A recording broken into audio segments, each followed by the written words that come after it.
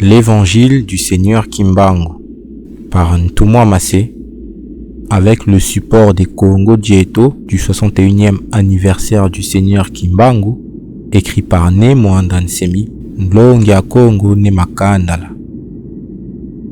Ce livre a été publié aux éditions thebookedition.com. Giantika Kisaluka Mfumu Kimbangu Kunkhamba. Le démarrage de la mission du Seigneur Kimbangu en Nkhamba.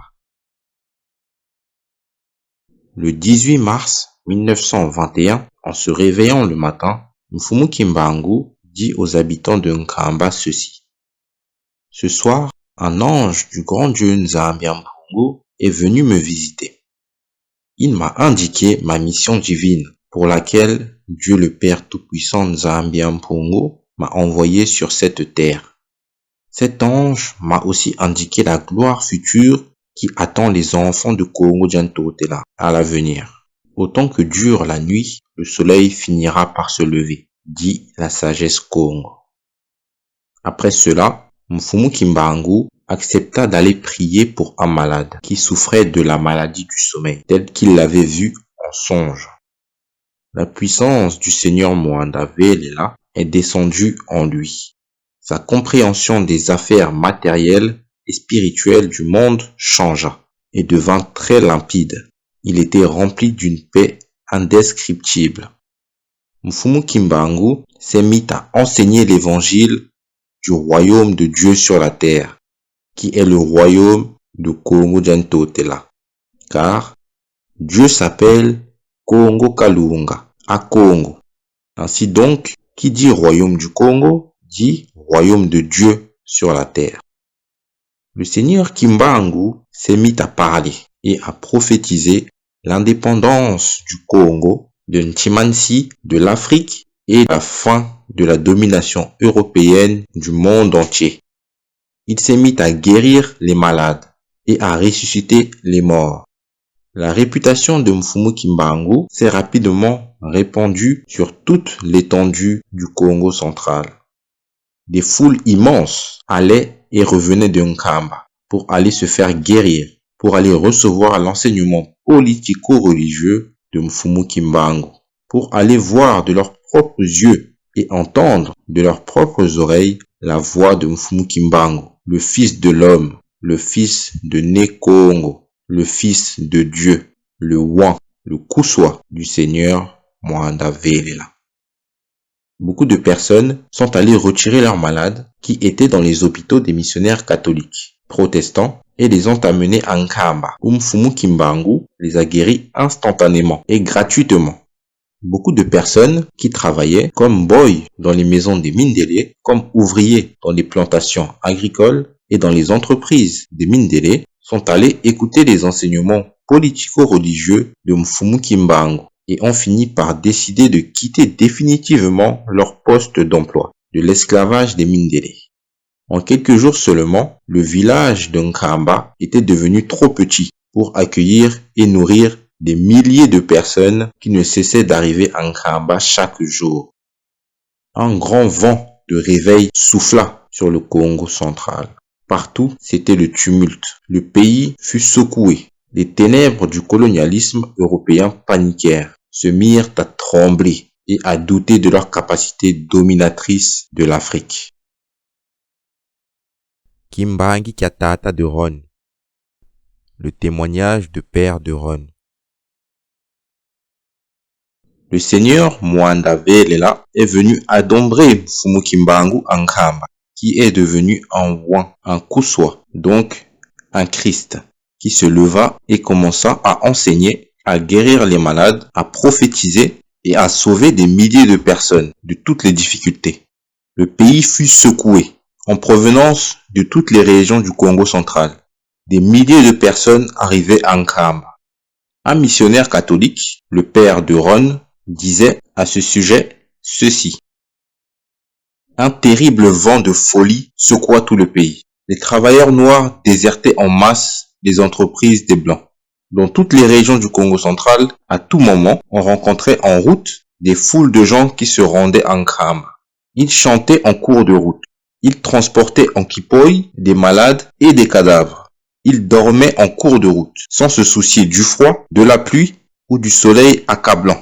Ils étaient guidés par un seul désir, c'est d'arriver à Nkamba, voir Mfumu Kimbangu, le toucher, recevoir sa bénédiction et entendre son enseignement politico-religieux de la mystique Kongo, de la sagesse Kongo.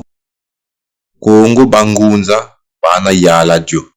Chaque jour, le train en provenance de Matadi et de Kinshasa arrivait plein de gens qui venaient à Nkamba.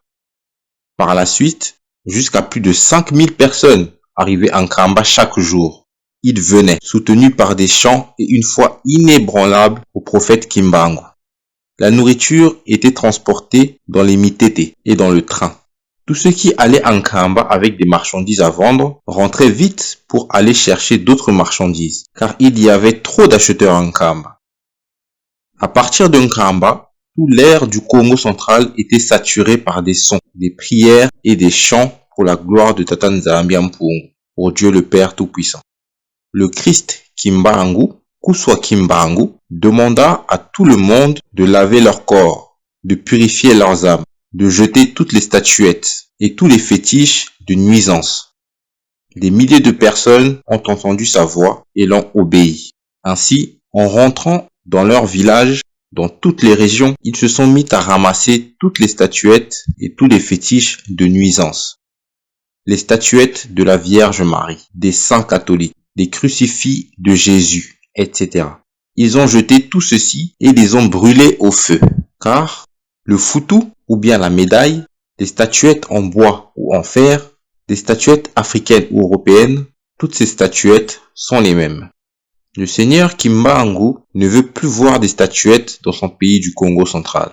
C'est pourquoi notre devoir à nous, c'est d'obéir à notre maître, à notre roi, à notre grand prêtre, le seigneur Kimbangu, Mfumu Kimbangu.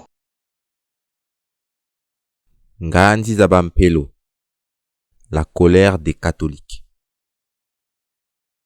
Dans toutes les régions du Congo central, les Bakongo ont obéi avec enthousiasme à toutes les recommandations de Mfumu Kimbangu. Il disait, notre maître, notre roi, ne veut plus voir des statuettes dans son pays du Congo central, car les fils des hommes ne savent pas faire bon usage des statuettes sur cette terre. Le seigneur Kimbangu a dit, lorsque les hommes de ce monde ne parviennent plus à voir l'âme d'une chose et ne voient que le corps, la vérité qui est cachée dans cette chose disparaîtra devant la vision des fils des hommes. Tout ce que Tata Nzambi Mpungu a créé est bon, mais c'est le cœur impur de l'homme qui le rend mauvais. La renommée de Mfumu Kimbangu continua à se répandre rapidement. Cette renommée a rempli le Congo central de ses vibrations. Elle a débordé et s'est mise à imprégner toutes les régions de l'Union de Nchimansi, de l'Afrique centrale. Les journaux du colonialisme belge se sont mis à s'agiter, à insinuer des faussetés, à comploter et à proposer la peine de mort pour Mfumu Kimbangu. Ces journaux sont La Voix du Rédempteur, La Nation belge, L'Avenir colonial belge, etc. Les premiers Mindélé à devenir fous furieux et à dire du mal de Mfumu Kimbangu, de le calomnier, sont les missionnaires catholiques, les Mindélé du commerce et de l'industrie, et enfin les Mindélé de l'administration coloniale. Pour faire peur au peuple, afin qu'il ne puisse pas suivre Mfumu Kimbangu, les Mindélé de l'église utopique ont lu le verset biblique suivant au noir. Faites attention, car au temps de la fin vont s'élever des faux prophètes qui vont faire beaucoup de miracles. Matthieu 24, verset 24. Peine perdue, car le peuple était décidé de suivre coûte que coûte le seigneur Kimbangu, le roi et prêtre de Benakongo. En quelques jours seulement, un peuple nombreux a fui et quitté les églises catholiques et protestantes, allant ainsi adhérer au Kintuadi Kebangunza, qui est le véritable Bunduja Congo du seigneur Kimbangu. Dans certaines églises catholiques, on commençait à n'avoir que 5 personnes à la messe du dimanche.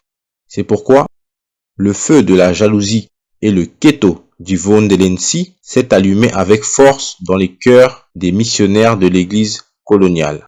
ils ont finalement comploté la mort de Mfumu Kimbangu et l'interdiction de fonctionner de Kintwadi Kabangunza.